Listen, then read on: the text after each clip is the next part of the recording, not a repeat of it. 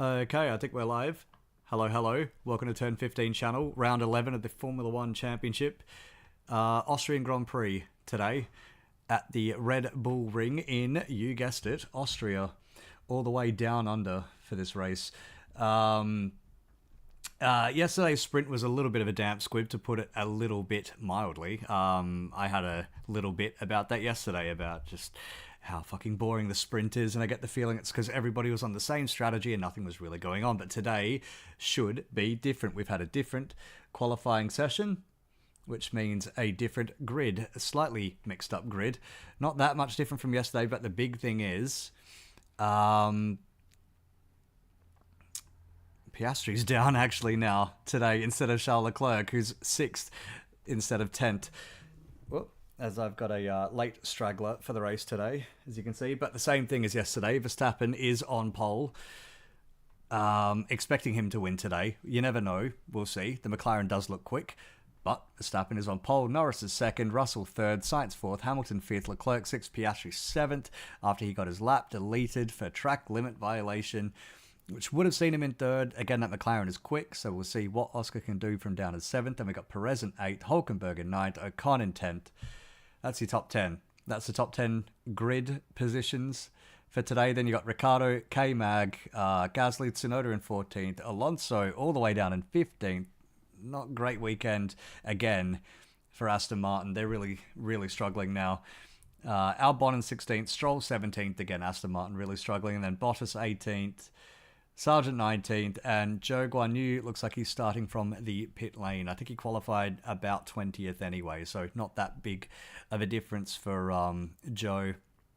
Not sure exactly why they're starting from the pit lane. I'm guessing it's something to do with a setup change that they can make. If you're all that way down the back end of the grid, you may as well do something like that. You never know what could happen in the race. It's a good way to get your car out of danger in the first turn or two, but more likely they're probably made a few setup adjustments to that car. Maybe they'll find a magic bullet in there. Likely they won't. I'm expecting a lot more struggle for the Sauber team, and I'm not sure when it's going to start actually getting better for them. I think this whole year is a write-off, to be honest. I don't see anything big hitting that car out of the Hinwell factory that can propel them any meaningful place up the grid. I think they're going to be basically stuck at the back for the rest of the season anyway. Going through the grid on the Sky broadcast as always. About 2 minutes until the formation lap will get underway. So a quick 2 minutes. Let's make it worthwhile. News from this week. Gasly is staying at Alpine. Multi-year deal. Probably the best for both team and driver. I don't see Gasly getting a overall better seat than Alpine, as bad as they have been this year. It's still a factory seat. Now, exactly how long and how factory it's going to be remains to be seen. But the second Alpine seat is the big point of contention now, because Carlos Sainz has suddenly become a big, big contender there.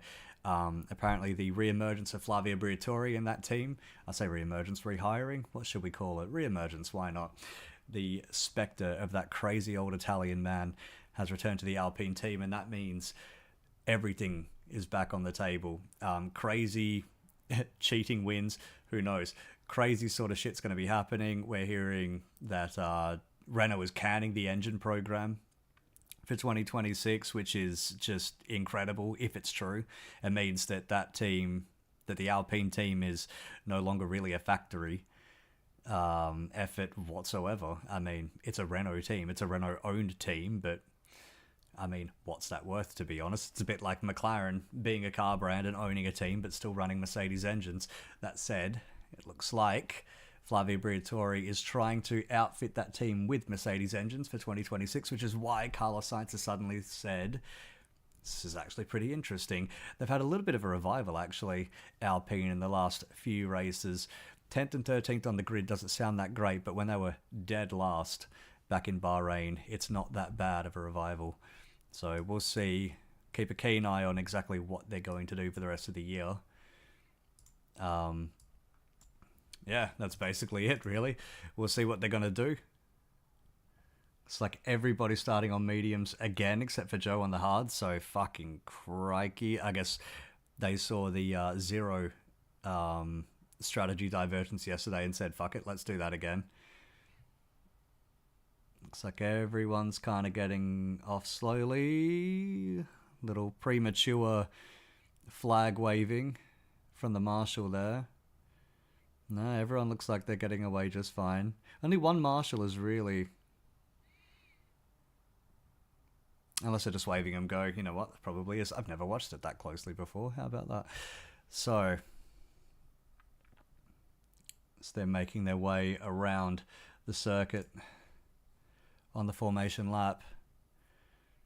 So anyway, the Alpine seat is the big one of contention in it. From what I've heard as well, it looks like Williams have said, you know what, we can't afford to wait for Carlos's signature anymore. We're out. Carlos to Williams is probably, from what I'm hearing, dead and buried. It's not going to happen. How realistic was it? Well, I mean, if it wasn't realistic, if it wasn't a enticing proposition at all, then he probably would have already signed for Audi.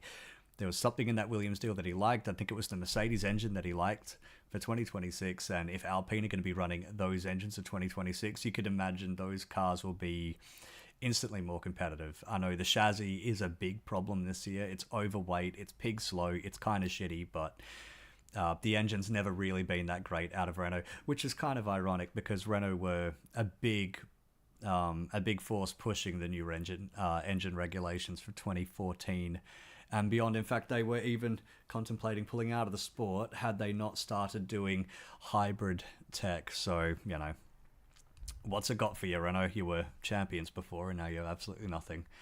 Shame that, but well, that's sport and that's life. So that Max Verstappen is already back to the grid. Very, very, very slowly pulling up. A very short lap this. A very short lap. Only a couple, I think it's about 4 odd kilometers this circuit. It's very short, only 11 turns. So Max Verstappen pulls up, Lando Norris pulls up, George Russell pulls up in third. Now, watch for George Russell as well. He had a great start in Spain. Again, he was starting third, and he managed to just drag the cars into turn 1 around the outside with a fantastic Fernando Alonso-style move.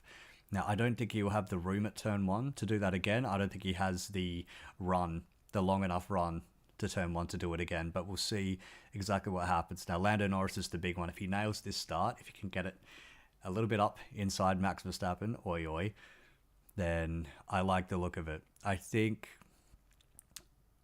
despite yesterday, I don't think Max will have it completely easy. Let's see. About to go green. Green flag, 2 lights, 3, 4, 5. I think out. Did I just see somebody like move before the start? I have to keep an eye on that. They really don't like that sort of stuff anymore. They've really clamped down on it this season. 3 wide. Oh, back in the pack. It's like a Haas and a Visa Cash App car have gone wide at turn 1. Now George Russell looks like he's already trying to get by. Oh, and they're outside of Norris, just has to make it work. So it's Max, then Norris, then Russell, then Hamilton outside of turn 3. Checo and Piastri going side by side here. Looks like Leclerc hasn't had a great start, down in 8th now, so he's been jumped by Checo. Oh, Piastri hung out to dry there on the outside of turn 4. Not great. Now he's dropped behind Leclerc. Ooh. Very rude. Very rude move, and now he's already putting up the inside of Charles Leclerc.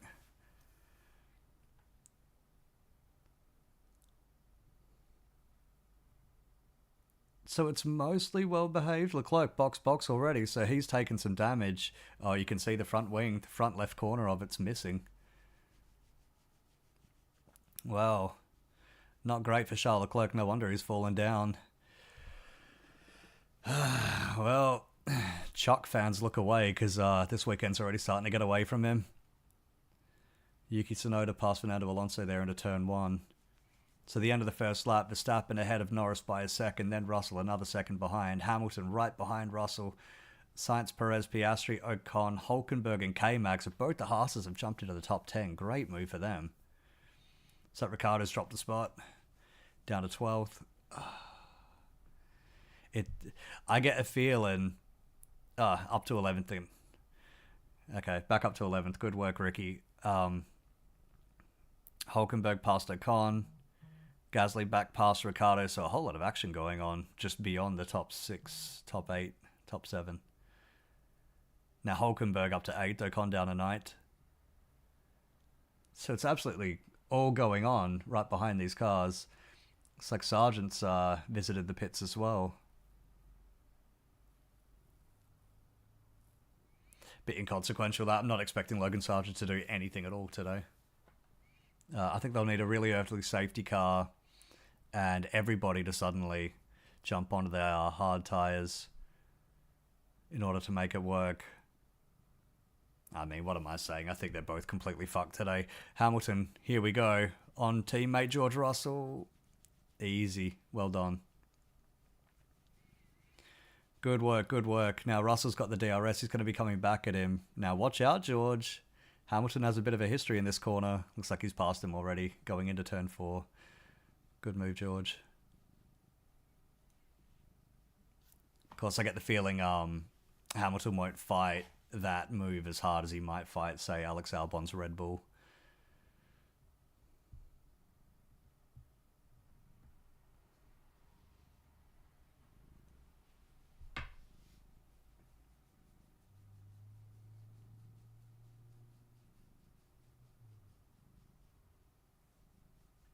Again, I've got a little furry friend here. I'm not just having fun.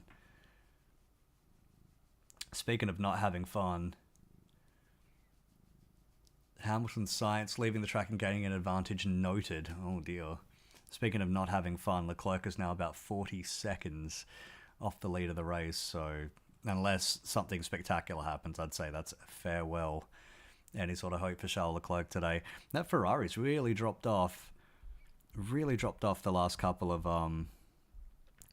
weekends. I mean, it convincingly won Monaco. I think that was Leclerc actually as well, really pushing that car beyond its limits there.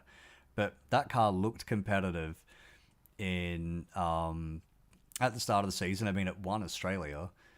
Of course, Max didn't finish that, but the Ferrari was the one behind Max's DNFing, if you know what I mean. Like, they were well ahead of Mercedes, they were ahead of McLaren, but they've really started to sink and drop the anchor and sink down the grid now.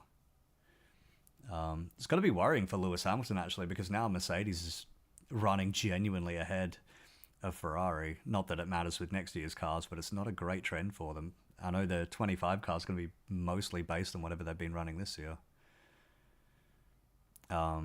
Which is just part of what happens when you've got a rule reset in the era of a cost cap. A bit of smoke from Norris's car there, but I think that was just a bit of bottoming out. I don't think that his engine's in any danger.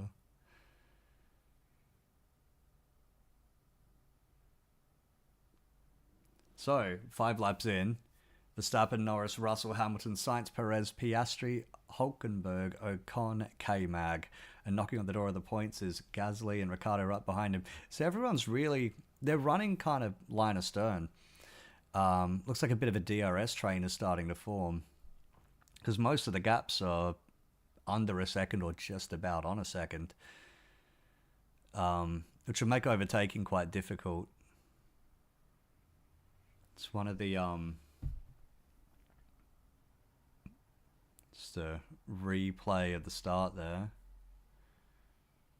So here we are on board with Charles Leclerc.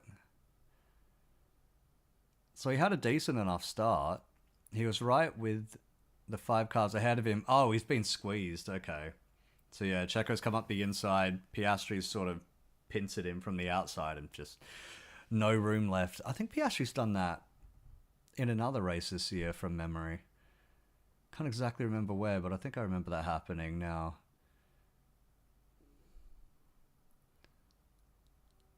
Looks like Carlos Sainz has just passed Lewis Hamilton as well, outside of this replay.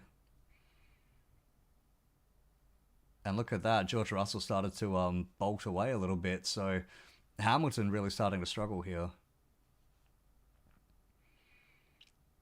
So Piastri saying that he got pushed off the track at turn 4 by Charles Leclerc. Now it's a little bit, pushed off by Checo Perez. Of course, and then Leclerc just cleans up the mess. Now that corner is a bit... We've seen the stewards be a little bit lenient in the past there. it it kind of naturally pushes a car even on the inside to the outside line. You know, it's a downhill off camber sort of thing, and a car even on the inside of the apex will naturally drift out towards the edge of the curb, and there's just no room there at all. Now Oscar does have a decent shout there because he was side by side with Piastri. No, with Perez rather. Oh, Hamilton coming right back at Carlos Sainz here. Meanwhile, George Russell has started to really gap these two, and Checo is starting to hold up Oscar behind him as well. So Lewis can't get it done into turn 4 there. Piastri and Checo going side by side through turn 4, turn 5 again. Oh, around the outside, Piastri into 6. That's a great fucking move. That is a great move by Oscar. That's 2 days in a row. 2 great overtakes. And now the stewards are looking at that turn 4 move.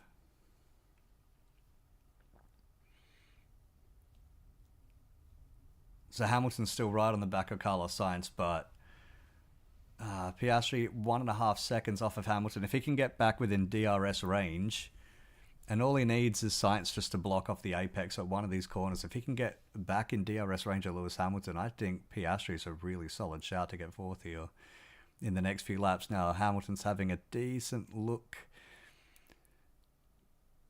like an X-ray. He's having a good look up the inside of Carlos Sainz, and just nothing's going on in there.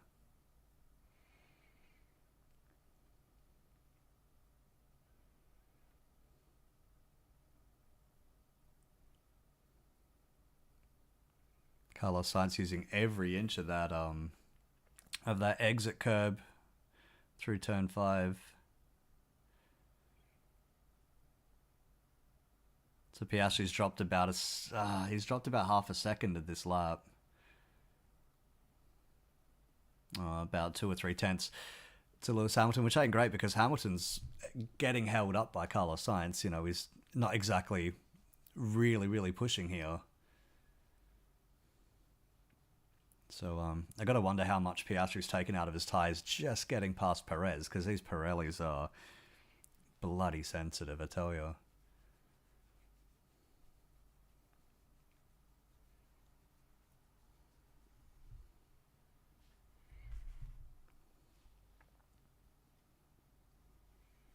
All right.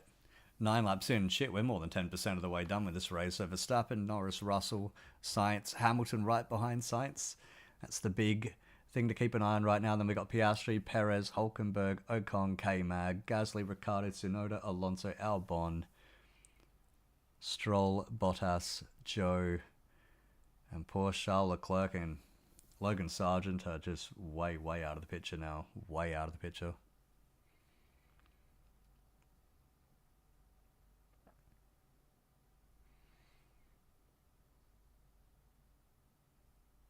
So Hamilton's starting to fall a little bit now. It's always hard to tell when the tyres are exactly giving out and when they're just being rested, because they do overheat very quickly, these things. You push them for even a couple of corners beyond what they're really like, and then it's just so hard to get the tyres back into any sort of decent working temperature. It's been a very common complaint about the Pirelli tyres for years now. They're just not that great to really race on, you know.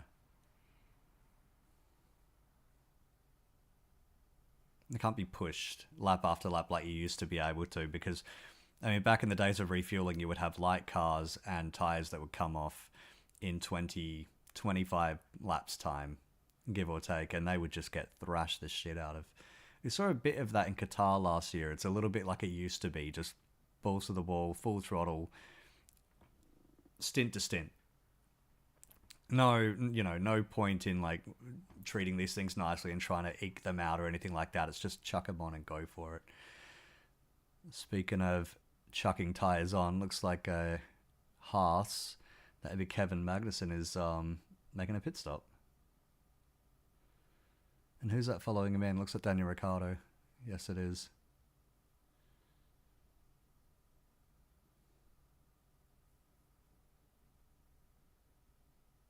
Now, this will be interesting because these two pit crews are right next to each other. Oh, pretty okay-ish, average stuff from Ricciardo. Yeah, nothing really magic there. And K-Mag out about, what was that, 4/10 slower than Ricciardo in the pits, but it doesn't even matter. He's so far ahead anyway. Meanwhile, at the front, Verstappen, after I was even saying McLaren has some pace, Verstappen has just put 4.5 seconds on Lando Norris. I mean, it's great if you're a Verstappen fan, and I don't mind him. I quite like Max. You know, I got his helmet back here. I like the kid. I think he's a phenomenal driver. But I think after the promise of Imola, Miami, you know, races like that, even Canada, where the Red Bull was really getting pushed, it's not getting pushed quite that hard the last couple of races. At least not so far in this stint. We'll see. We'll see how the race tends to come to the McLaren, especially at the end of stints, like it has done recently. Hulkenberg and Alonso in the pits now, so the pit stop shuffle is in full effect.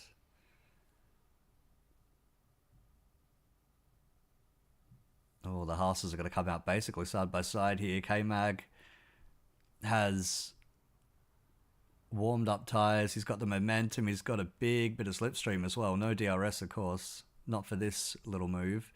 Oh, Hulk's gone off. They've both locked up. Hulk's gone very, very deep. Stewards might have a look at that. Stewards might have a look at that unless they tell Hulk to give up the position. Into turn 4, it looks like that's what's happened anyway. K-Mag gets ahead of Hulk. I think the stewards, if he kept that, the stewards might have had a look at that as leaving the track and gaining an advantage, but no harm, no foul.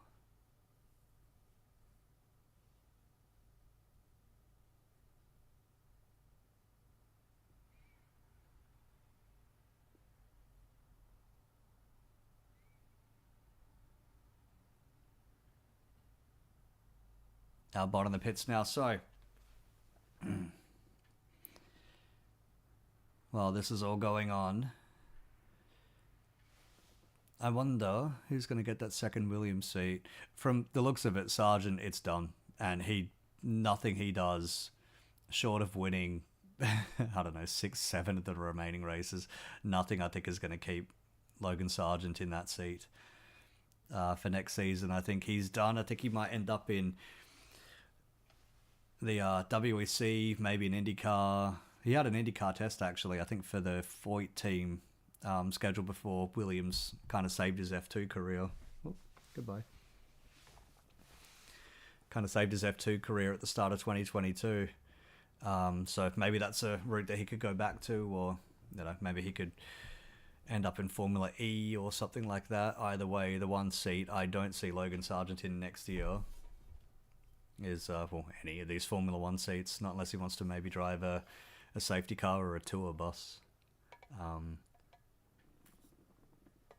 Which means there is a Williams seat up for grabs, which has barely been a secret.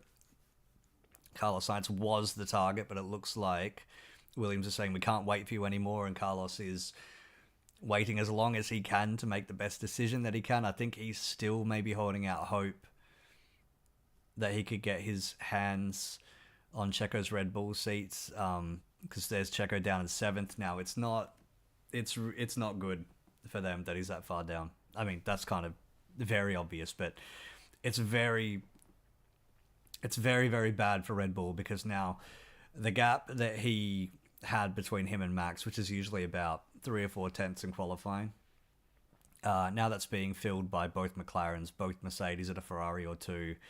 It seems every single weekend, and when you're constantly starting 7th, 8th in a Red Bull while your teammate is on pole or in 2nd place or something, it's not great. And it's also not great because he doesn't seem like he can really save a lot of these bad quality performances on race day. He hasn't scored that many points the last few races, and it's K-Mag Radio just saying he's got to manage the tyres. Yeah, Pirellis. Fucking hell. K-Mag saying he doesn't want to save his tyres. God bless. Now, he's one I wouldn't mind seeing in IndyCar, and he's also one that I just don't see hanging around Formula One for next season. That he came back in 22, and he's had 3 seasons more than I thought that he was going to get in Formula One. So, I mean, it's a shame. He's one of those drivers. I remember he beat Gilles Bianchi to the Formula Renault Championship back in the day. And I was very excited when he was joining the grid. 3rd place, promoted to 2nd in his first race, which was fantastic for McLaren, but never got a podium again after that. It's just a very peculiar statistic. Podium in his first race and never again. It's very strange. But he's had a decent career, you know. A lot of memorable moments. The whole suck my balls thing, that was hilarious. A pole position as well, which then turned into absolutely nothing after the sprint and all the rest of it. That was George Russell's first win, if I remember correctly, at Interlagos in 22. So he's had a decent career recovery, probably not as decent as Hulkenberg's managed to make his. Except that'd be the end of K-Mag. I wouldn't mind seeing him in an IndyCar, to be honest. And he had one race for McLaren, I think it was at Road America in 21, and that was okay. I'd love to see him there full time, you know, really get a decent go of it, because he's an aggressive driver, he's a quick driver, and I think his style would be great in IndyCar. It'd be great for everybody who watches that series, including me, because I love the shit. Anyway, Carlos Sainz may be holding out for that Red Bull seat, and I get the feeling Red Bull now, it's almost sunk cost fallacy. They are stuck with Checo, and they're going to just have to pursue with him until it gets untenable. Now, one thing Red Bull are not shy of is dropping drivers who are not performing, except for Daniel Ricciardo, apparently. But their options are really starting to dry up, so it's Red Bull as well. They always have that allure. I think they could drop Checo and pick up almost anybody that they want on the grid to fill that seat. I think most of the drivers here, the Gasly's, although that didn't work when they tried it in 2019, did it? But they've got Tsunoda that they could promote, although they seem to just not want to. They've got Lawson who they could put in, although they just don't really seem that fussed about getting Lawson into the car. Although that might be a bit of a political infighting his way. Lawson still hasn't made his full-time debut for that team. So you never know. It looks like Charles Leclerc's just hit the pits again. Don't know what. I mean, without a safety car to really bunch up the field, I have no idea what Leclerc is going to get out of today. Apart from maybe a fastest lap point or something. He's back in the mediums with over 50 laps to go. It's that's a bold move. A very bold move. I don't think he'll make it to the end, but again, when you're running 19th, 20th, like, what does it even matter? So yeah, I'd be interested to see exactly how long Checo's going to keep his seat if he keeps these performances up. I know he just got, announced for 2 years. But, I mean, I don't see it continuing. If Verstappen keeps winning, then that's okay.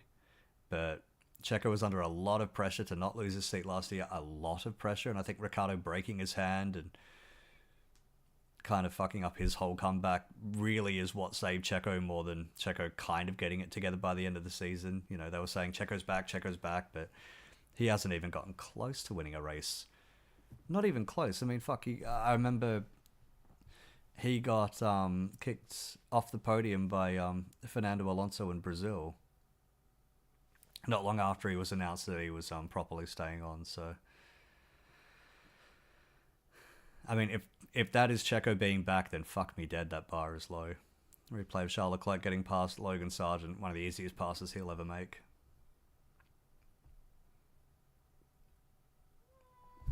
Oh, you want to come back? Are you sure you want to come back to this race, mate?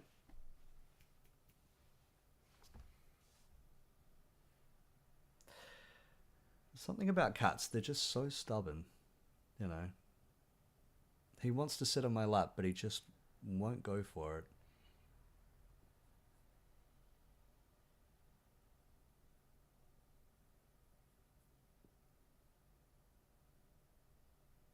Anyway, working lap 19, Verstappen, Norris, Russell, Sainz, Hamilton, Piastri, Perez, Ocon, Gasly, Tsunoda is your top 10. Now, Tsunoda is a little bit of the weird one here because he's not pitted. The Haas's have behind him. Ricciardo has, Alonso has, and say for Alonso, they were all running ahead of Tsunoda before, so we'll see how far Tsunoda can push his strategy as Ocon comes into the pits. Gasly goes through. Now is Tsunoda coming in as well? You right, mate? Bless. No. It's like Valtteri Bottas is in the pits.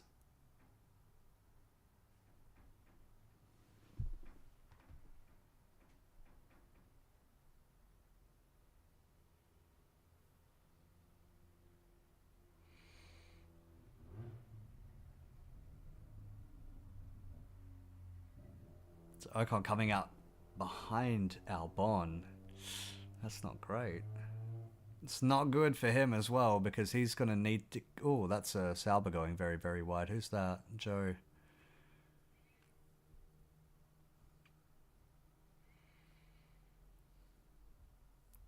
So Joe starting on the hard tyres. Unlike everybody else, he's got 19 laps now and they look pretty bloody worn, don't they? Now, Joe is another guy who I'd heard linked to a couple of seats. I'd heard Haas, I'd heard Alpine, but it's all gone very quiet there lately. Oh, it looks like that car is actually braking. And I don't mean braking on the brakes, I mean braking it's falling apart for Zhou Guanyu. Oh. No, he looks like he's been hit. It's a strange one. He looks like... What the fuck is he doing? Says Zhou Guanyu, and it's Fernando Alonso has given him the hit up the arse. Smacking him on the backside. Like a 1950s boss with the secretary. That's, Fernando's been well off it this weekend. Well off it. It reminds me of Mika Hakkinen back in the day when the prospect of a win or a decent position, like a decent finishing position, was out of the question. He just kind of gave up and couldn't be asked, really. A bit like Kimi Räikkönen after 2007. So under investigation, that incident as well from the stewards. It's probably going to be a time penalty for Fernando Alonso, who is currently 12th. Joe is now 15th and is sinking back through the pack. I'd say he's probably got a fair bit of damage on the rear of that car. It's a shame for Zhou Guanyu. He's I don't see him staying in Formula 1 next year. I don't think that he's had the greatest of cars to contend with. I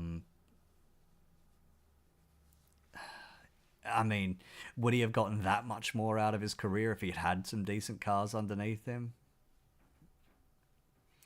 Hard to say. Probably not. I'm not sure he would have achieved that much more, but he's had a decent few flashpoints, and Piastri's trying to tell the stewards that Hamilton's been crossing the pit lane line when he wasn't supposed to, so a little bit of teacher, look at this out of Oscar. Just basically what you'd expect from a Melbourne schoolboy. So, oh, looks like Hamilton is, when he's entering the pit lane, he's just gotten a big snap of oversteer. Oh, God, that would be harsh. That'd be really, really harsh. I mean, it's noted, but, I mean, if they want to penalise Hamilton for that, then that's a real kick in the nuts. That comes down to one of those, like, technically. It's a bit like losing a goal to VAR when you're this far offside. It's just one of those stupid kick in the nuts sort of things.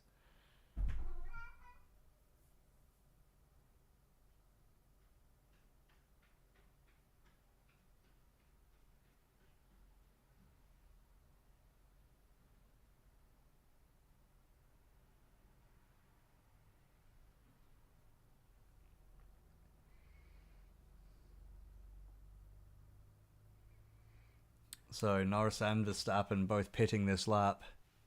Verstappen in the pits now. Norris will be following him in, so nearly 6 seconds difference between them. So I'd say Verstappen has got this thing sewn up. This is his. It's like Roman Reigns. This is his yard. Fernando Alonso, a 10-second time penalty. Ooh, that's a big kick in the ass there. Yeah, not great from Alonso. I don't think he's really feeling it. Now, I don't think that he's about to quit, but I really don't think that he's feeling this car or this team right now.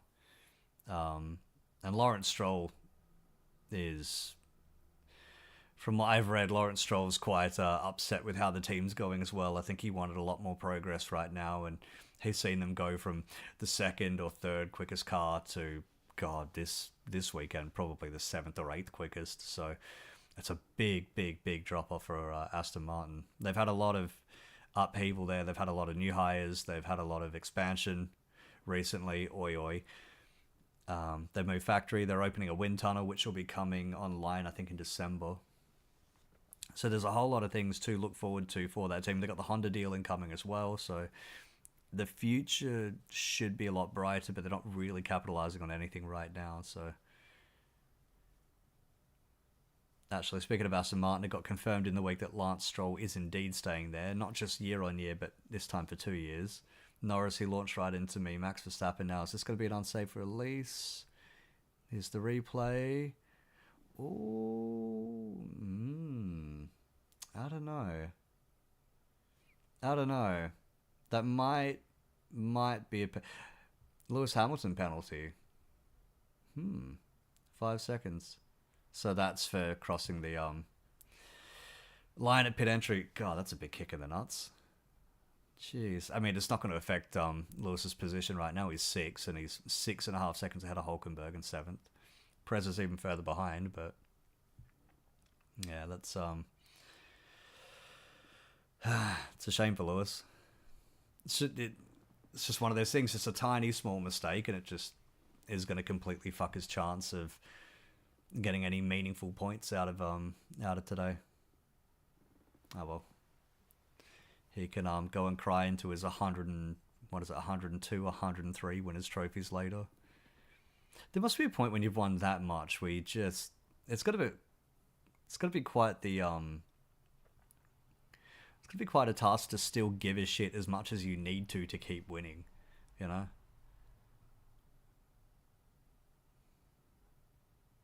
So unsafe release noted by the stewards on Verstappen. Again, if that's a 5-second penalty, he's got nearly 7 seconds on Norris. I can only see that gap increasing as Norris puts in the fastest lap. I could only see that gap increasing by the end of the race.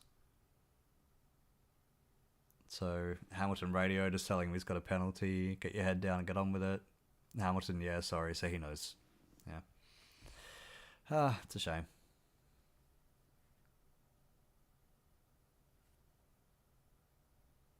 It's a shame, but what can you do? I mean, you cannot fuck up, but you know.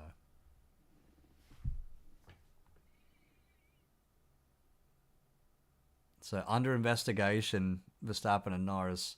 This is a bit of a touch and go one, I think. It's a weird thing because Norris has every incentive also of slamming on the brakes and then complaining like he was about to wipe him out. Not saying that's what he's doing, but it is kind of incentivized to... It's like diving in the box, you know what I mean? Or not even diving, it's like going down under minimal contact and trying to, you know, fool a ref into giving a penalty or something. Like, you know it's a bit bullshit, but you have to go for it anyway. Again, not saying that's what Norris is doing. Maybe he really did feel like he had to slam on the brakes like that, but, you know, it's kind of incentivized to play it up. So Toto Wolff is on the radio to Lewis Hamilton, trying to motivate him. I'm not sure Lewis gives a shit about what you got to say anymore, Toto, to be honest. I mean, it's he's leaving Mercedes, which is quite telling enough, to go to Ferrari, which is maybe one of the boldest driver moves that I've seen in a long while.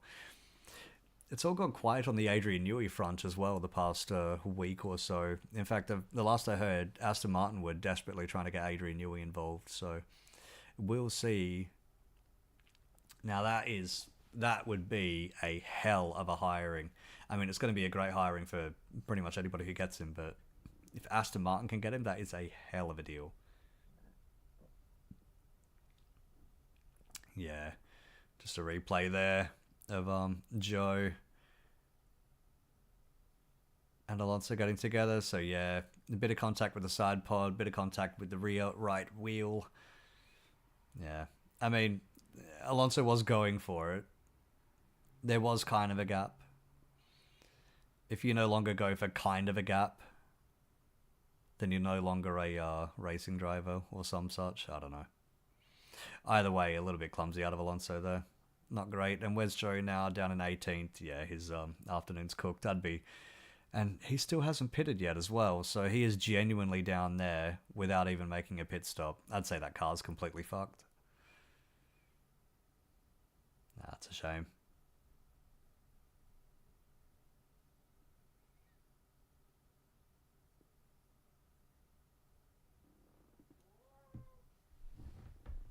Oh, wait. Are you done causing a ruckus? No? Never done causing a ruckus. So Verstappen not happy with his car here. He never usually is that happy with his car, I've noticed. This car's been giving him grief for a little while. I don't think it's as strong of a package as he's had the last couple of years. You know, there's some baked-in faults to this car.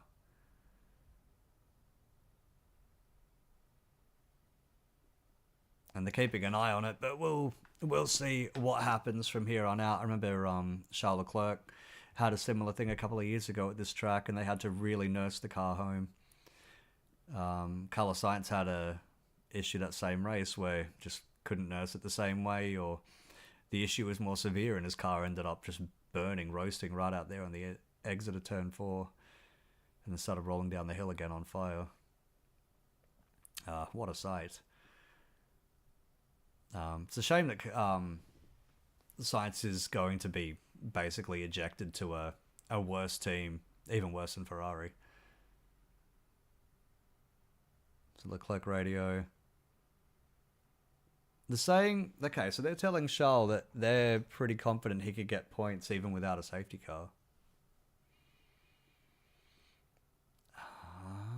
I mean, just looking at the gaps and looking where he is on track, I mean, he's got a lot of passing to do.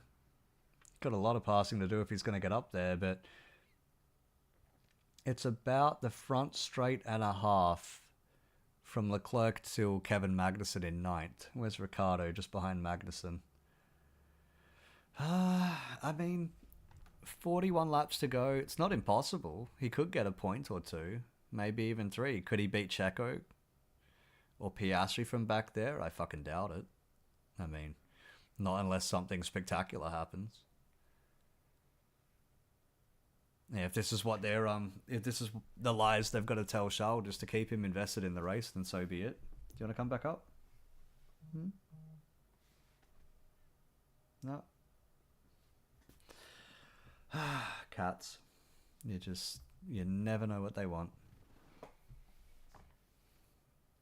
Ooh, Perez incident speeding in the pit lane. Now, this will help Charles get points. Speeding in the pit lane is probably going to be a slam dunk penalty here, which would be a 5-second penalty, and he is not 5 seconds ahead of the Haas behind him, so potentially a bit of problem for Checo Perez. Yeah. Now it's under investigation, not just noted, so that's probably a done deal then.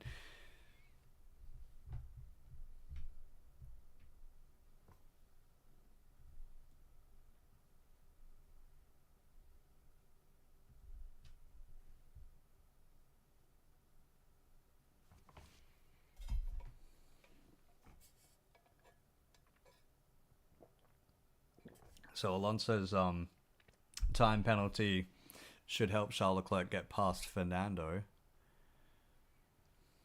apart from that, he's really going to have to work for it. You are not jumping up there, young man. Come on. Come on.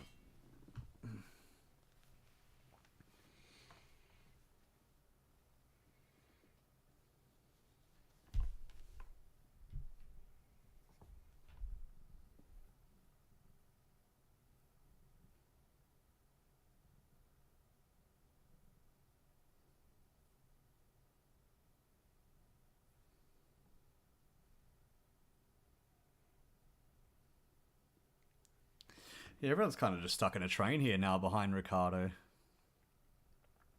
I mean, Ricciardo's not really able to get close to K-Mag. They've all now came. Oh, Perez penalty. So what is this? 5 seconds, I'm thinking.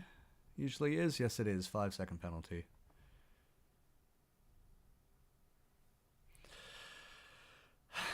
Now, Checo, this is exactly the kind of shit that you gotta stop fucking doing, buddy. You gotta stop doing this shit. And I feel like I'm saying this every week now. I love Checo. I like the guy.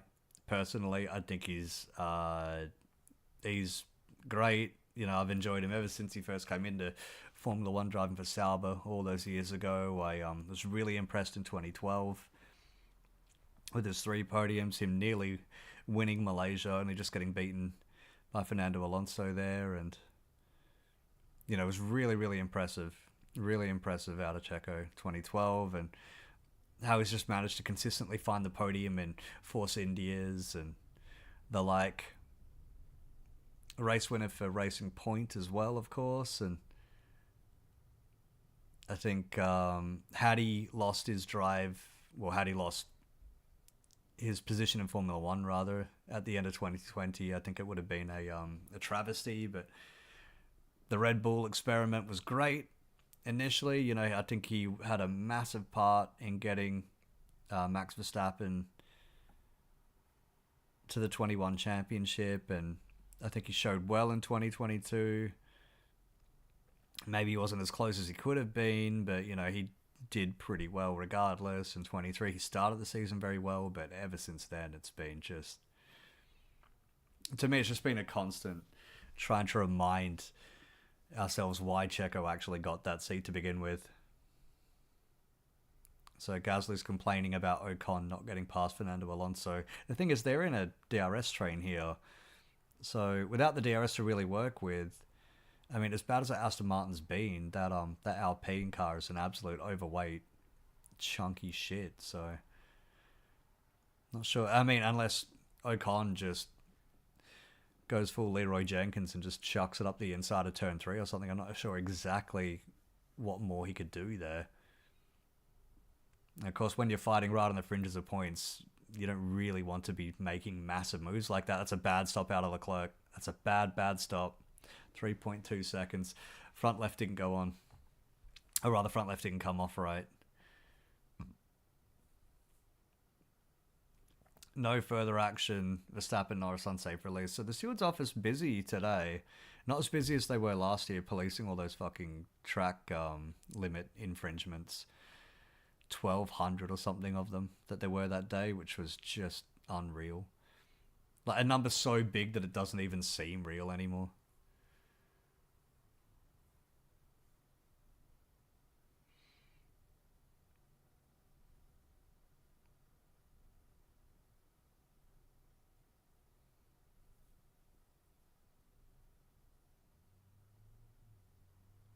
Oh, so apparently Lewis Hamilton has floor damage as well. Here's Esteban Ocon on the inside of turn 1. Looks like he's got that move sorted. Good stuff, Esteban. That's a good move. Now Alonso's got the DRS. Fighting back through turn 2 into turn 3. Oh, Ocon a little bit forceful with the block there, but it looked alright. Now the Alpines going side by side, and Gasly gets pushed off the track by Esteban Ocon. That relationship's really starting to boil over now. I mean, it kind of promised to last year and didn't really go anywhere, but this year I think it's really starting to fall apart a bit. Alonso just saying, wow. Now, I don't know if that's sarcastic at his own car's performance or if that's looking at the Alpines trying to shove each other off the track. box to Fernando Alonso as well. So in he comes to pit for the first time in a long time. 23 laps he took those tyres.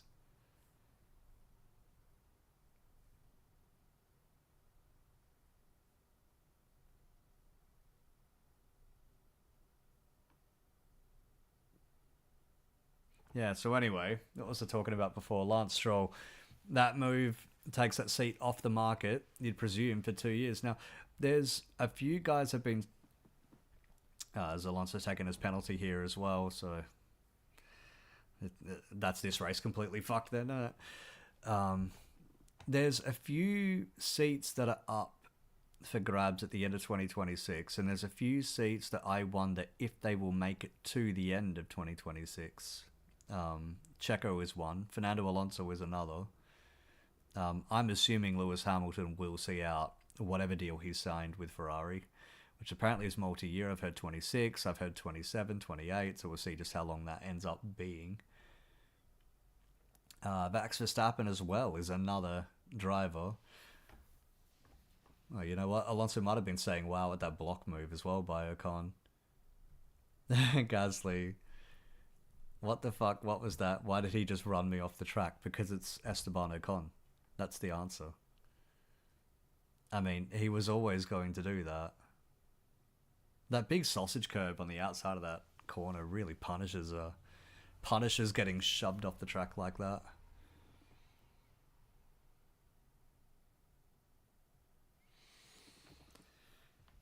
Yeah, so Verstappen will see if he makes the end. I mean, ooh, that's a big lock-up from Yuki Tsunoda on the inside of Alex Albon in turn 13. Oh, turn 3, rather.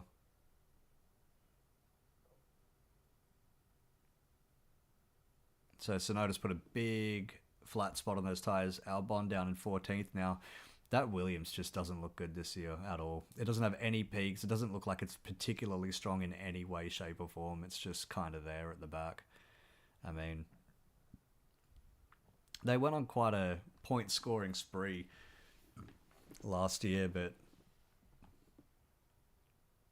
doesn't look like they're going to get even near that this year. It just doesn't look like there's anything that special about that car, to be honest, apart from maybe one of the drivers. That's probably why they couldn't convince Carlos Sainz to sign. James Vowles is promising that there's going to be better things coming for Williams with the investment that they're getting, and they're putting a lot of that into the factory, into their systems and things like that. They will have a Mercedes engine for 2026, which apparently is going to be probably the class of the field again. We'll see.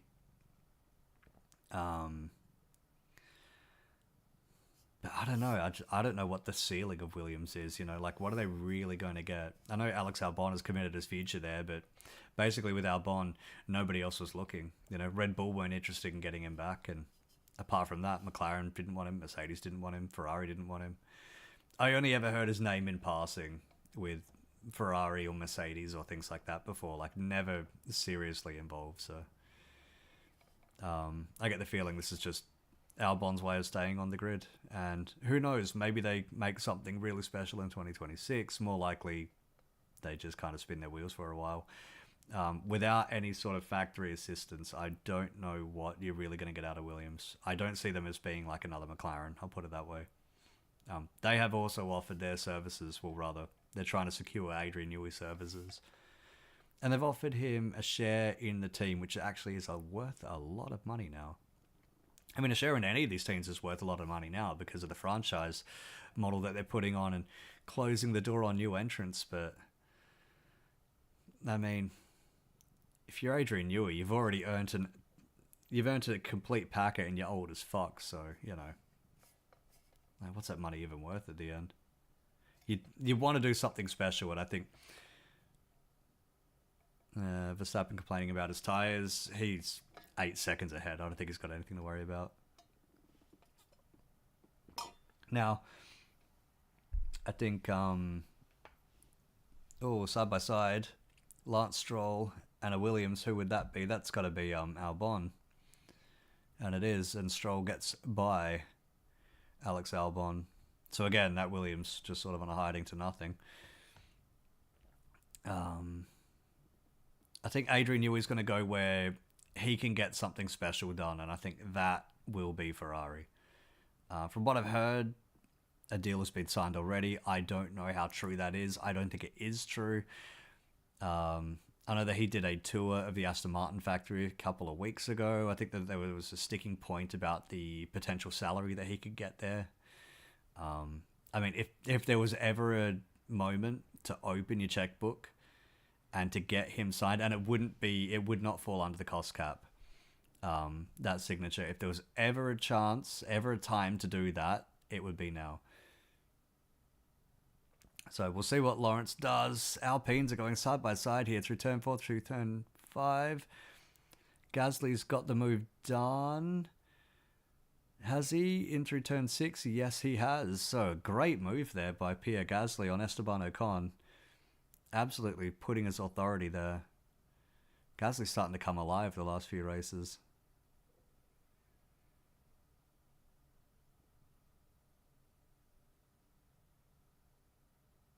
Turn 3 incident involving Ocon and Alonso noted as well, so I don't think that they were that hot. To me, that's the block, unless they're talking about Gasly and not Alonso and the stewards have fucked that up. I think that could be for the block on the run up the hill from turn 2 into turn 3. But we'll see. Now, Ocon looks like he's trying to come back on Gasly here. Looks in the inside, goes to the outside. I think he's trying a bit of the switch back. He'll have DRS as well, going to the bottom of the hill. I don't know why we're cutting to a replay for that now. Oh, they got really, really close, the Alpines. Really, really close. Oh, I don't think there was contact, but there was really not far from it.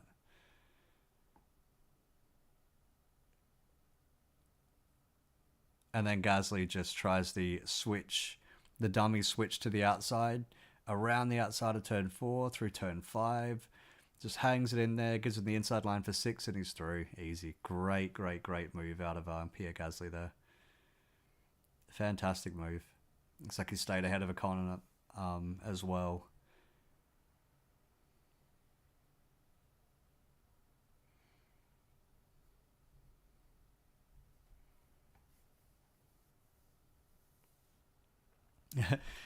Fucking Ted Kravitz saying, what's Faman gonna do? Bruno Faman, that is. What's he gonna do? Sack Ocon again if he gets it wrong? You know, he probably would.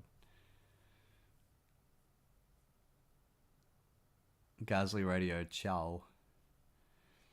The best part is because Ocon's leaving the team, they don't even have to like really pretend to like each other anymore. And I get the feeling it's going to...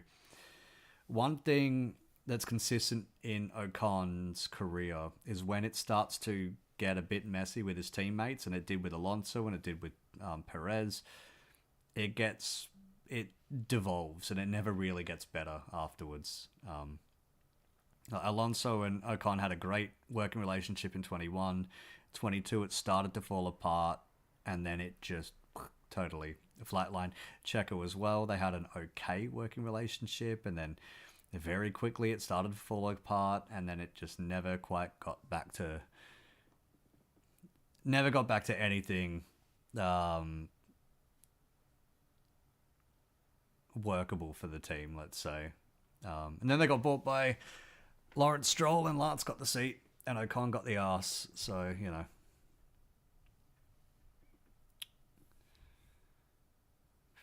Gasly in the pits just there. 3-second stop, as you like.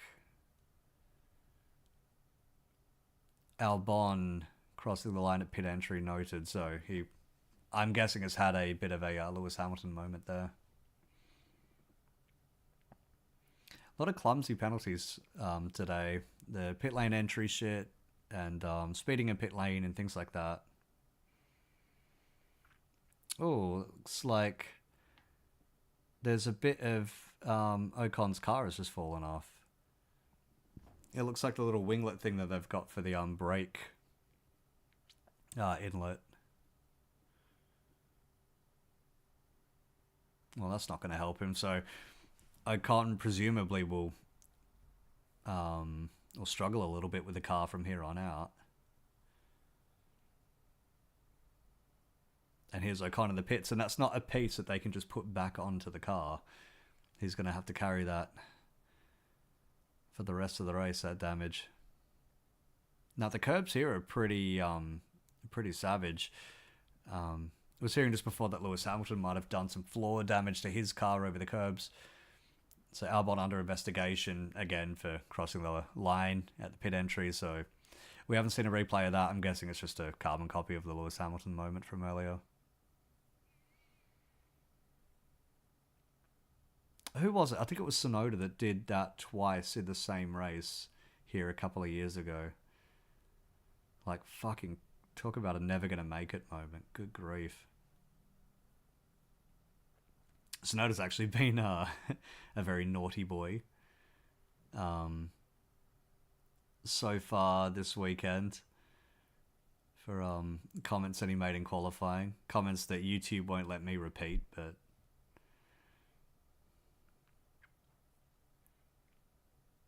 the whole situation seems a bit mentally challenged, if you ask me. Anyway, Norris now 6.5 seconds behind Verstappen, so he's closing the gap a little bit. Now, how much of this is Verstappen just getting traffic? I see he's just passed the Haas cars there. God, he is not hanging around today. Albon penalty, there we go. So, the Haas's have made another stop than Verstappen, but Verstappen is just absolutely not hanging around today. Look at him go, just completely flying.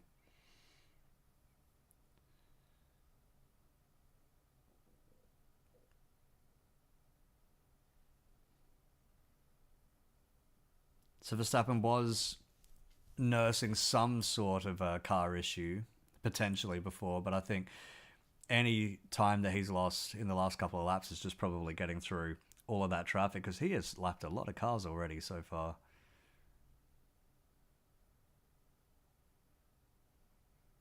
So Russell boxing. Not great timing for George Russell as well, because he's stuck behind Lance Stroll.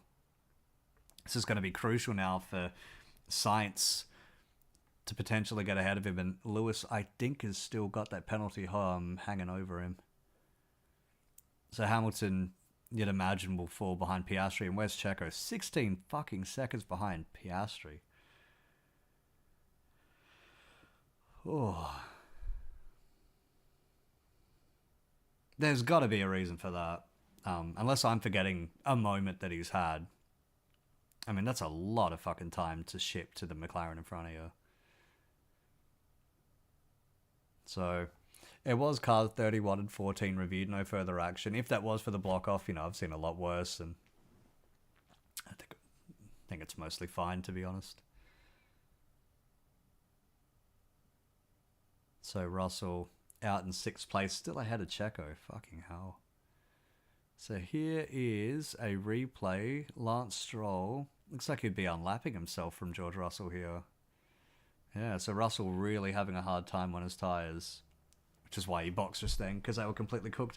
I think that's the shitness test. If Lance Stroll is getting by you in that Aston Martin, it's time to switch your tyres.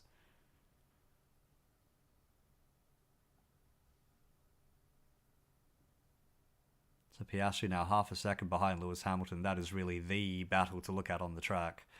K-Mag half a second behind Hulk, but I'd imagine that they are going to be holding position from here on out. They don't want to be losing time, not when they're running 8th and 9th. They have a decent shot at a lot of points today. Carlos Sainz hits the pits. It's an okay-ish stop. What is that, 2.4? Yes, 2.4. Verstappen, I can't hold this much longer, mate, behind. Okay, that's a strange bit of English there out of Max Verstappen. We'll forgive him. He's under a lot of stress right now in this race. 7 seconds ahead. Piastri just gone past Lewis Hamilton as well. Lewis having a half-hearted look at maybe getting back by him, but that McLaren is quick. It really, really is quick.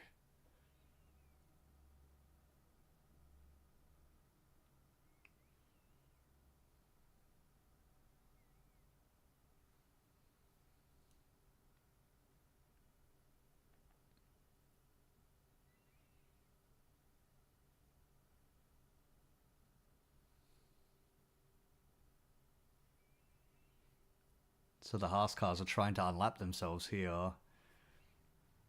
Well, they want to unlap themselves. They're being held up right now because Verstappen is having so much difficulty on these tyres. They're completely cooked. Ricciardo is going to be able to close that gap to the Haas cars ahead of him. Will he be able to do anything with it? That's the big question, but they can't pit both of them at once. They can't, and they've got brand new tyres. I don't want to pit them right now. Now, Ricciardo, I don't think he'd be pitting either. So there's not really an undercut or anything that could be performed here. It's just, can Ricciardo get close enough to make a use of it? Now, the real cork in the bottle is Max Verstappen, who has gone through to start another lap, so Haas is going to be held up a little bit longer here. Now, who is behind, who has to really make a pit stop? Maybe Joe or Sargent. They're way out of it. Won't even matter.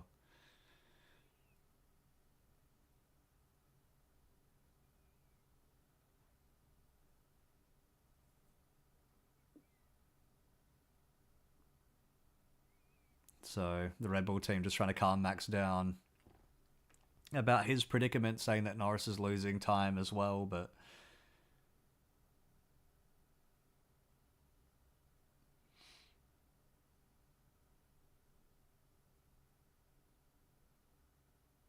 now I wonder if it's worth just pitting. If you're, maybe if you lose Hamilton or something. Oh, no, I mean, Piastri and Hamilton are so far off the lead anyway. It's really only Norris that he's got to worry about, but 7 seconds is a lot of time to play with if you're Max Verstappen. I mean, here we are, lap 50. Verstappen 6.7 seconds rather, 6.8 seconds ahead of Lando Norris. I think it's very, very much Verstappen, Norris, and then probably Piastri to end this race. 20 laps to go. That's probably how it's going to end now. Hamilton is right on the back of Piastri, only 1.2 seconds behind, but on very, very old tyres. George Russell is the big one after that. I think he's the real threat to get third place and nail it there. Piastri and Hamilton still have to pit. Russell, I'd assume, is going to the end.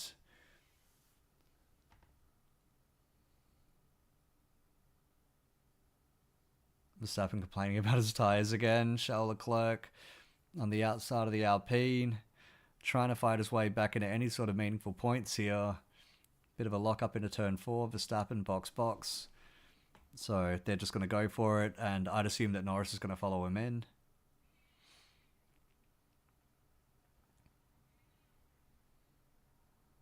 I think the top two are so locked, it doesn't really matter if Norris follows him in or not, but it looks like he is going to follow him in.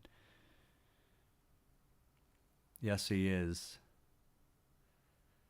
So Verstappen in the pits, as long as he doesn't do anything stupid in the pit lane, I think Verstappen absolutely has this sewn up.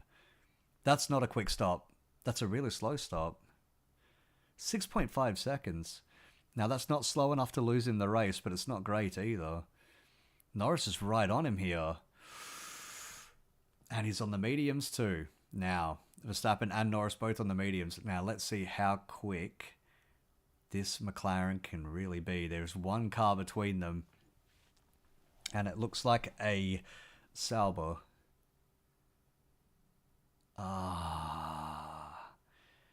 3 seconds is the gap between Verstappen and Norris. We've got a race. I think we might actually have a race on our hands here. Now, 7 seconds was a very big gap. 3 seconds really ain't that much of a gap. 20 odd laps to go, both on brand new tyres. He's going off. He's going off. Max is locked up. Oh, he's just about gone off there at turn 4. He's pushed that way too much there. God, he just disappeared off screen for a second. I thought the trajectory of that car was going to send him into the gravel. It's one of those things where when you start to catch the gravel at the exit of the corner, it will just kind of suck the car in. So he's just gotten away with that there. 1.6 seconds now, Norris and Verstappen. This is just like 2019.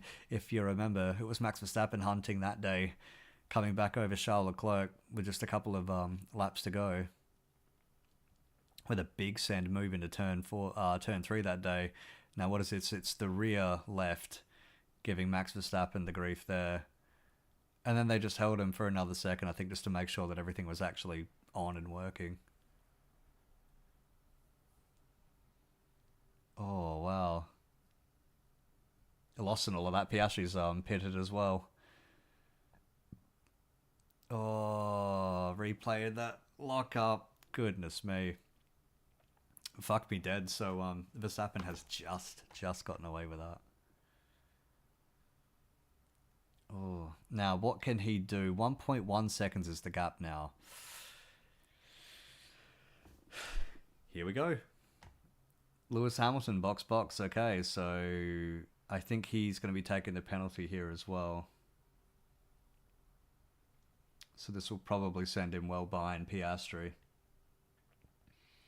I don't think it'll drop him to Hulkenberg, but it's going to drop him way off into no man's land, I think. Has Hamilton just gone through and not pitted? No, he's pitting now. Okay.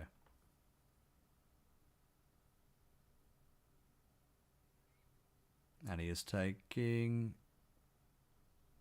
the penalty now. Norris, 0.8 of a second. Fuck, here we go. So the McLaren, again, it's getting very, very quick at the end of the race. When the car is light on fuel and they put the medium tyres on, this car just tends to come alive. Now, unlike Imola, this track, and unlike Canada, this track is very, very good for passing on. If you get a decent run out of the final corner and can hold it through turn 1, you've got a great chance of getting somebody into turn 3. And even if not, then you can still get them into turn 4. You can play around on the outside of 5 into 6. I love this track. This is what's great about this track. It promotes fantastic racing. All you need is a little bit of a sniff, and it gives you so many opportunities to get a pass done. It's just brilliant. You know, these simple sort of layouts, Vegas is the same, Interlagos is the same. They're not the most complicated layouts, but they do promote good racing. Oh, Norris is right on him here. I don't think quite close enough to go for it here. He's really having a look. Max is trying to cover off the center of the track. Norris is going to have the DRS here out of turn 3, down the hill. Oh, now, do you send it early or do you just play with Max for a bit? No, I'm not going to do it this lap. Now, what he can't have Max do, what Norris can't do himself is overuse his tyres. So Norris is saying that Max might be moving around in the braking area there. I mean, that's one of his classic moves. I remember back in the day, Max Verstappen was doing that and copping a lot of grief for it.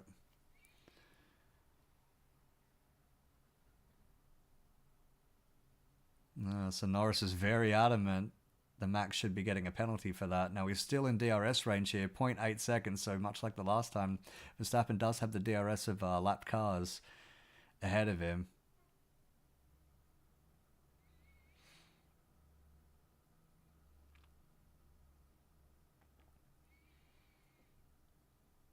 Oh, now Lance is going to keep out of the way here. Yes, he will. So Norris is just over a second beyond Max Verstappen, 1.2 now. So was this all the gap that he needed to break him? So here's a replay of the move. They're through turn 2 into turn 3. Oh, Max did move over in the braking area.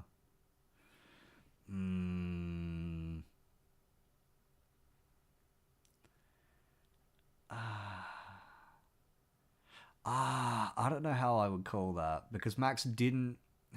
He changed his line going into the braking, but he kept on that line. It's not like he moved over and then went back onto the racing line. It wasn't like it was a clever block. Let's say that. Now Norris is keeping very close here. Verstappen is saying he's got no grip. Again, he doesn't like these tyres. Something about this car isn't quite clicking with Max Verstappen, which is amazing considering he's won, 7 races in it?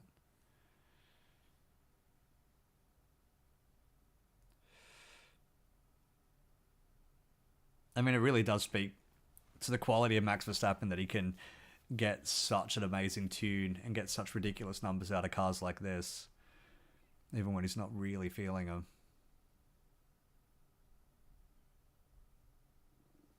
God, Norris is absolutely hanging on to him here. 0.8 of a second looks about the gap that Norris wants to hold in order to not overuse his tyres. And I think 0.8 of a second is a good... I think he just wants to follow Max. He wants to get the DRS to get him close into turn 1. I don't think he wants to make the move there. I think he wants to follow him into turn 1, get him into turn 3, and then maybe block him off on the exit of turn 3. I mean, unless he wants to just use all the DRS through turn 3 and then try the move on into turn 4. But that can be very, very difficult to make work as long as Max has the inside of turn 4. I think he will be able to keep Norris behind. Now, here we go. Norris is a bit tight on the exit there. More DRS. Now, all Max has to do really is crowd off the inside of turn 4. Norris won't be close enough to do it there. So here we are, 13 laps to the end. This race has absolutely come alive.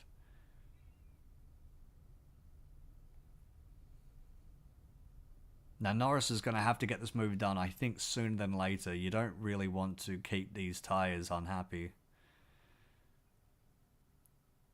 You know, like once you start to push them, and it's very tempting, especially when first place is right ahead of you. It's very tempting to push these things. Now, Norris is 2/10. Oh, track limits, black and white flag for Lando Norris. He's going to have to curb it a little bit here. Now, Norris is very slightly closer to Verstappen this time around, as we're looking at Lando's dad for some reason.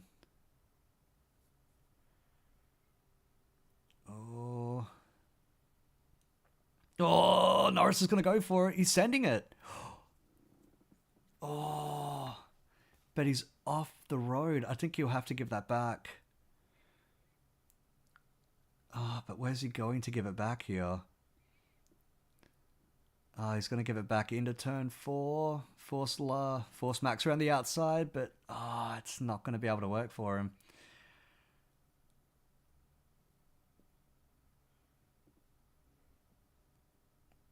Oh, the crowd's loving Max back in the lead as well. Very, very orange, that grandstand. Now, this is a replay. So he's tried a bit of the Daniel Ricciardo late braking move, but he just couldn't quite get it done. Yeah. It's a shame. It's a shame for Lando.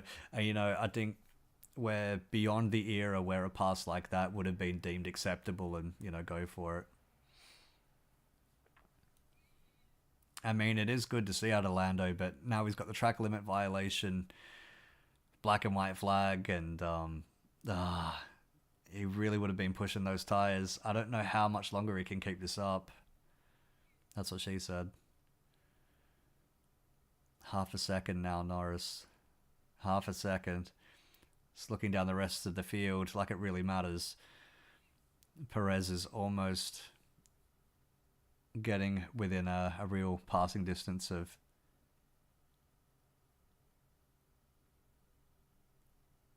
Okay, so Norris is on the blower, complaining about Max's driving here. Ooh, someone's gone very wide. Is that a Williams, I think? Yeah, it looks like Logan Sargent. Lando Norris track limits noted. Oh, shit. Are they going to give him a penalty for that?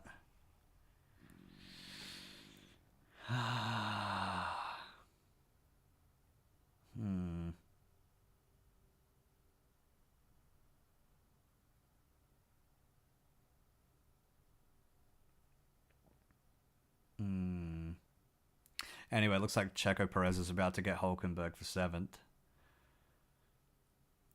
So Norris is well. Oh, he's really close this time. I think this is about as close as he's ever been out of turn 3 here.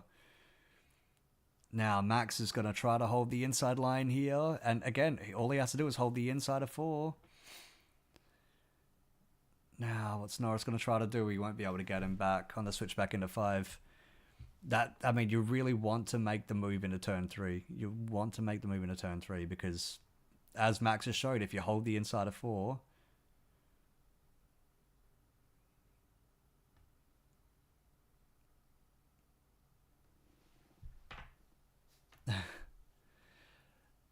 All right, Norris incident under investigation. Fuck, well, if this is a penalty, if this is a time penalty, it'll probably be 5 seconds and it will probably completely fuck this race. In which case, if you're Lando, shove your way past Verstappen and just try to build a gap. Just see what you can get.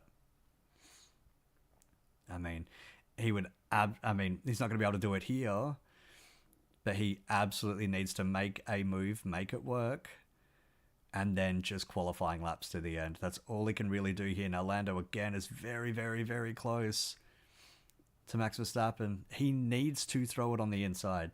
He needs to squeeze his car in there. That's all he can do. He's just not quite quick enough down the hill. Just not quite quick enough down the hill. If he can get a decent run into turn 4, as long as he holds the inside, I think he'll be okay. Checo, by the way, has still not got past Nico Hulkenberg, so fuck me dead, buddy. 9 laps to go. Charles Leclerc is 14th, so yeah, I'd say Ferrari were probably a little full of shit. And Gasly's right behind Ricciardo as well, and that would be for the final point of the weekend. This point, if he can get it, the point will be a lot for Daniel Ricciardo. I think it'll be his first points outside of Miami all season. Unless I've forgotten a race where he actually wasn't a gigantic fucking disappointment. Actually, Ricciardo's had decent form the last couple of races. Just whatever bits that they put on the car haven't worked out. Norris is going for it again. Oh, Verstappen's gone wide now. Norris did keep it on the track.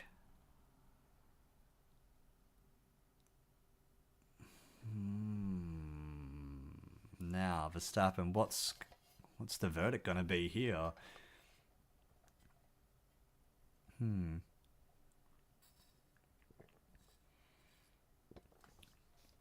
Norris saying that Verstappen has to get the position back because he was ahead at the apex. Ah, that's a very interesting one there. So he's thrown it down the inside of turn 3, which is what he absolutely has to do. Verstappen's had to go off and then he's come.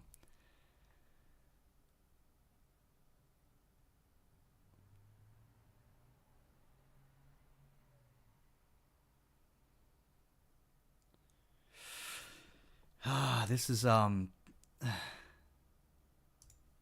it's a very interesting end to this race, to put it that way.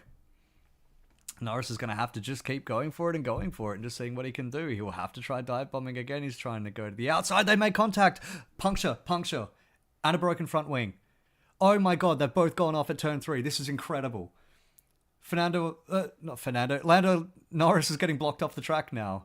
He's got a broken front wing. Max Verstappen has 3 wheels on his wagon. And he won't let him by. Oh my god, what is going on? What is going on? So Norris definitely has wing damage. There is going to be an investigation about that move, about that contact.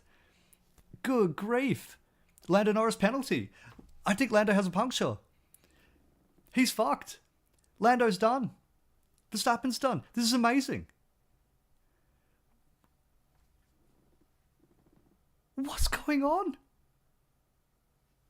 Good grief. They're both fucked. They're done. They're a lap ahead of most. So they could still end up getting points here. George Russell is in the lead. What the fuck is going on here? This is... wow. I can't believe it. And Hulkenberg has gotten past Perez again. That's incredible.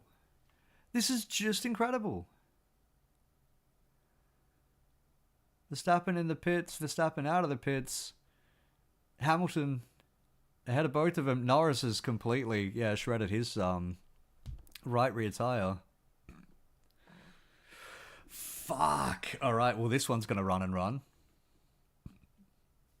Can imagine Christian Horner now with like Zach Brown's going to sound off about this. Christian Horner with his Toto Wolff doll. I don't want to play with you anymore.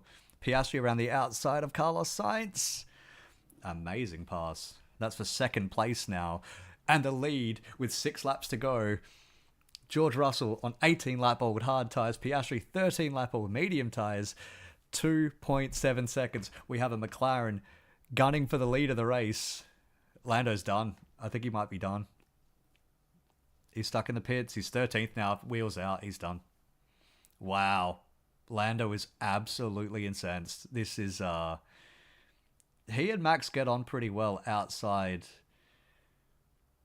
Virtual safety car, so this would be for the debris then at turn 3. Now, a virtual safety car for debris here.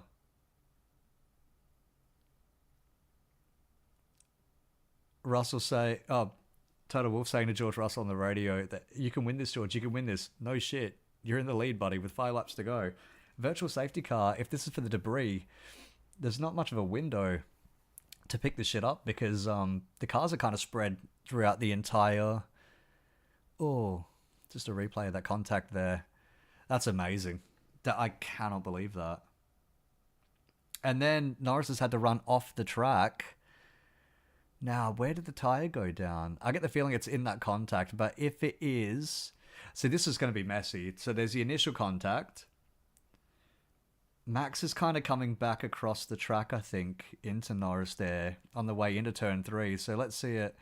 Yeah, Max is... I think Max might actually be penalised here for that. I mean, they're both penalised. They're not going to win, but... I'm starting to think Max might have a bit of a case to answer here. Dragging the floor along the ground as well on his way back to the pits. Yeah, it's a shame for Norris. That rear tyre shredding has just destroyed the rear end of that car.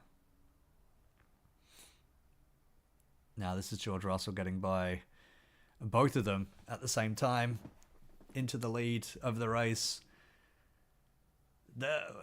This is incredible, honestly. This really, really is. I know we're back racing again, so whatever debris there was, some brave marshal has been right onto it.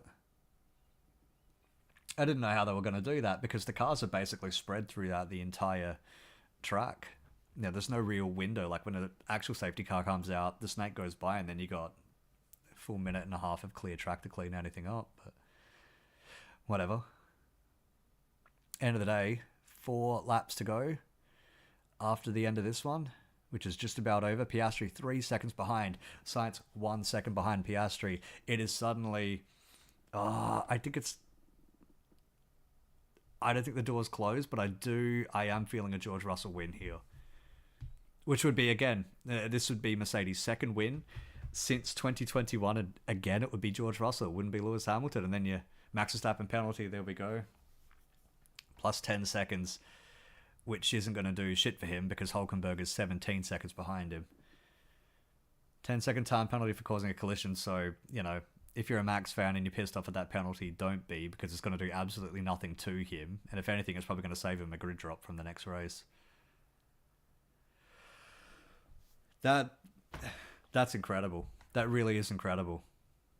I mean, fuck it. That from about lap 50, that race was really, really starting to heat up, really starting to ramp up, and it just exploded at the end there. It's a bit like 16 when Rosberg and Hamilton collided really late on. Or even in 19 when Max and Leclerc collided late on, and they both kind of got away with that then. Because Max ended up winning the race, Charles was second. It's gone completely fucked today. What's kind of funny, though, is that Verstappen is still going to finish ahead of Checo Perez. In fact, Hülkenberg still might finish ahead of Perez here. Fuck me dead, Checo. Get a fucking move on, buddy. Good God. Hi. Alright, well, that was incredible. So we've got about 2.5 laps to go. Verstappen fastest lap, as you'd expect. Brand new tyres on that car.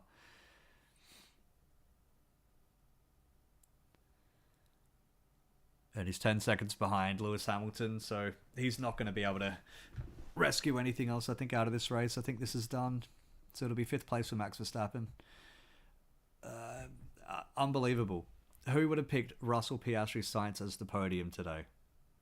Just incredible. And, you know, Piastri is going to be livid with himself.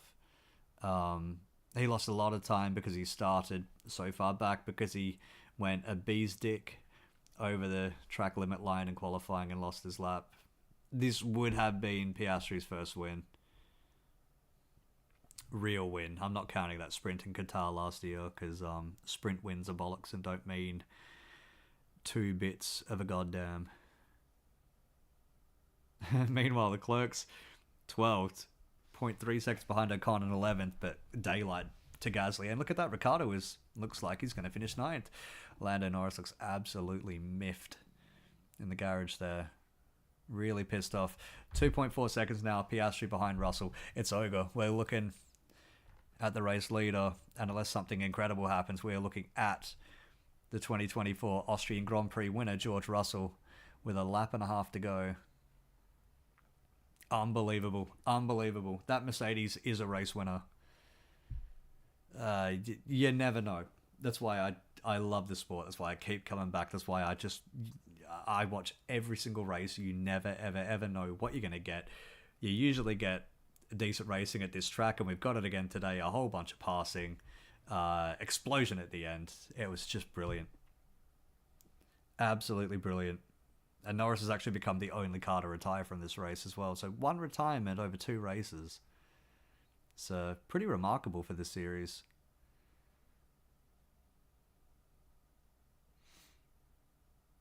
So, working the final lap as Leclerc gets by Ocon. Working the final lap, Russell, Piastri, Sainz, Hamilton, Verstappen, Hulkenberg in 6th place. Can you believe that? Checo in 7th. Can you believe that? Ugh. K-Mag in 8th. Great day for Haas. They're really on it this year. They've really magicked something this year, Haas have. Still not fussed for that team. But then you got Daniel Ricciardo in 9th. Great result for him. And Pierre Gasly in 10th. Solid point. Maybe not that solid, but something for Alpine. It's scraps, and that's really as much as they can really get here at this point of the season as Russell comes around the last corner. Unbelievable. Absolutely unbelievable. George Russell, winner.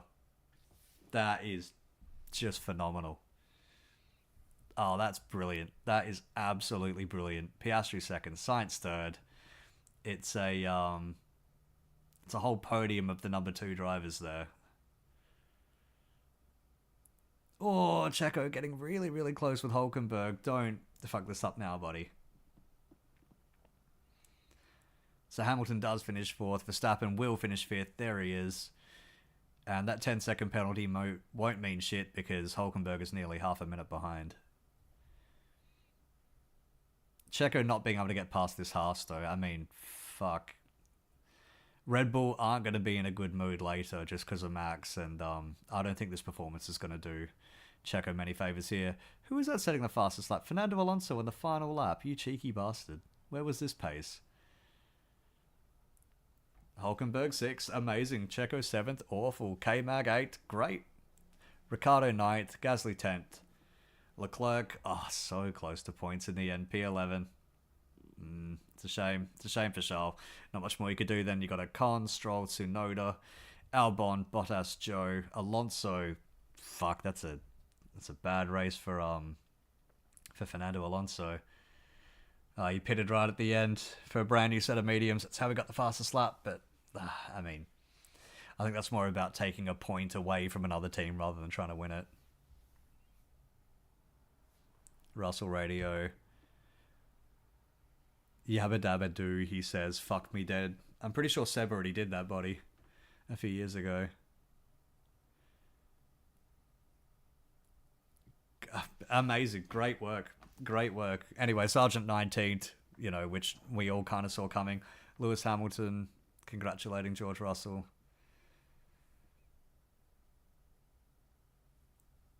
Norris, the only retirement. So, amazing race. What are we saying? 4 stars. Good. Maybe 4.5. Nah, 4 stars. It was a good race. Crazy end. It was fantastic. I think we'll reserve 5 stars for the truly insane races like Hockenheim 19 or Nürburgring 99 or something like that, or Hungary in 14. Those are the real 5-star races. This one, solid 4. Yeah, we'll not do half stars. That's fucking stupid. 4-star race. Good stuff. Very, very good stuff. My boy Carlos Sainz is on the podium. My boy George Russell wins. Um, my other boy Ricky in the points. So, it's been a pretty decent day. It's been a pretty decent day. Now, the Verstappen Norris incident, watch for this. It's going to rumble on. We've got Silverstone next week as well. So we're straight back into the thick of the action. George Russell will go to Silverstone, the defending race winner in Formula One. My cat's getting up. He's excited. He wants to go run around and celebrate, or at least complain. Russell straight into the arms of his pit crew. Lovely stuff. Good stuff, George Russell. Well done. Well done. Yeah. Fantastic. Fantastic. Fantastic. Well done.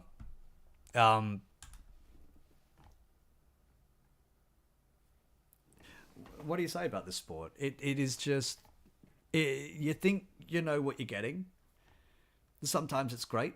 Sometimes it's pretty by the numbers. Sometimes it turns into the MotoGP race that was on earlier, where just not a lot really happens. But then sometimes you get everything happens all at once, and it is just phenomenal. And they'll be talking about this at the end of this race for a long, long time. We've got a memorable winner. It's the second ever win, so congratulations. The first win of the season. First win since 2022. Wow. Amazing.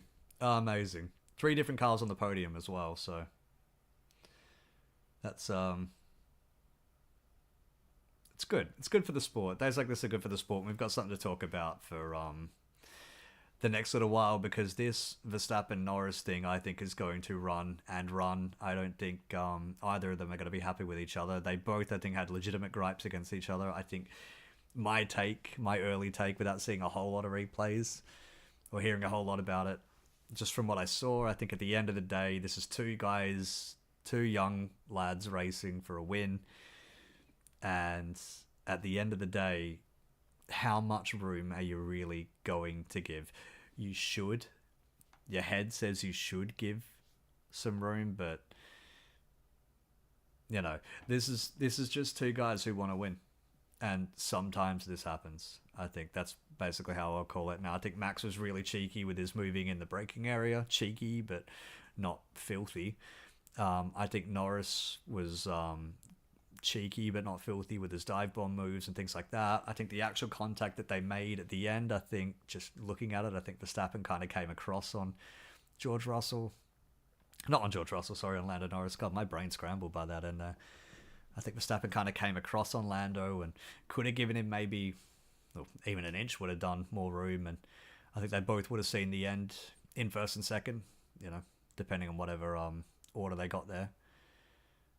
But yeah, just amazing stuff. And then after that, I think Verstappen also got away with it, to be honest. If all that was a 10-second penalty, and this is Lando Norris has gone from a probable second, possible first place to shit, to absolutely nothing. I think a 10-second penalty is probably very lenient for that, to be honest. Wow. that was a great end there. A great end. So, yeah, running down through everybody else. So, great day for Russell in the end. Absolutely fantastic. Another solid drive by George. Again, he's really, really impressive as the lead driver at Mercedes. I make the joke about it's the number 2 drivers on the podium, and I think in terms of stature and stats and things like that, it definitely is the number 2 drivers. But Russell has really, I think, established himself well as a leader at Mercedes. He's had Lewis mostly around. He's had Lewis mostly covered this year, so good work for George. Great sort of stuff. Piastri again promising what could have been if he'd just not gone this far off in his qualifying lap. It's just going to be one of those forever what ifs.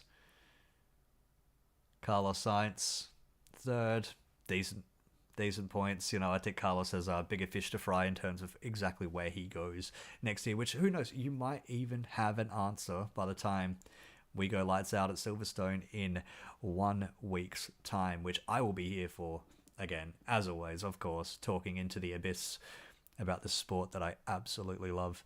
Hamilton in 4th. That penalty cost him a podium. I think it did. I mean, 18 seconds behind Carlos Sainz is a long way, but I think it didn't help. I think he could have maybe been able to push it. You never know. But not a great race out of Lewis. Fourth place being not a great race out of Lewis that's a compliment in itself. But, you know, I think he'll want to show a lot better next week at Silverstone. And honestly, I think Lewis probably will show better next week at Silverstone. He's usually very, very good there. Usually very, very good. Very on it. Verstappen 5th. Whoops. Yeah. That all went tits up, I guess, for Max there at the end. Whoops. Better not do that again. Anyway, Hulkenberg 6th. Amazing. Good stuff. Great result for him. Checo 7th. Fuck, mates. You really got to stop fucking doing this sort of stuff. You really got to stop it. You got to stop, or else that contract you signed won't be worth the fucking toilet paper in a public bathroom. And then you got Kevin Magnussen in 8th. So a great day for Haas in the end. Ricky 9th. Desperately needed points out of Ricciardo, so good stuff. That might just ward off the spectre of Liam Lawson until maybe after the summer break. Then Pierre Gasly in 10th. So A point for Alpine. Well done. Well done.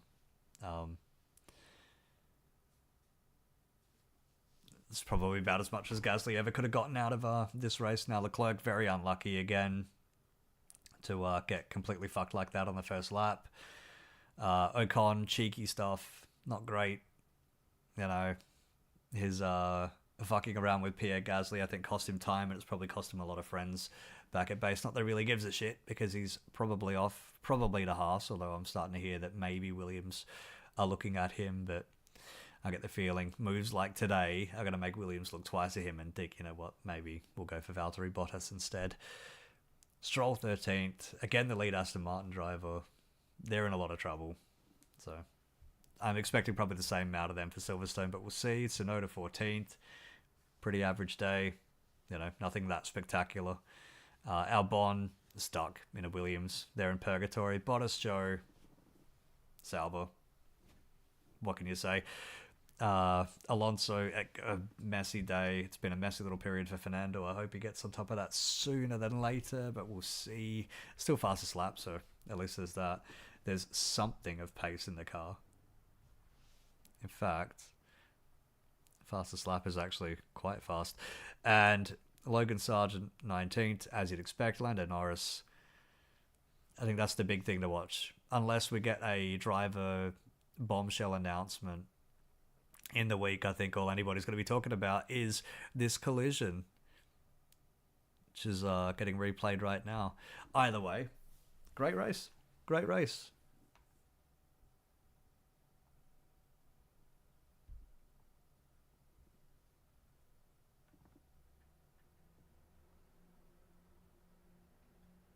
Yeah, Max kind of laughing and not that happy about his 10-second penalty, but end of the day, it won't cost him anything, and if anything, it saved him from getting a grid drop the next race out, so, you know, probably just take that one on the chin.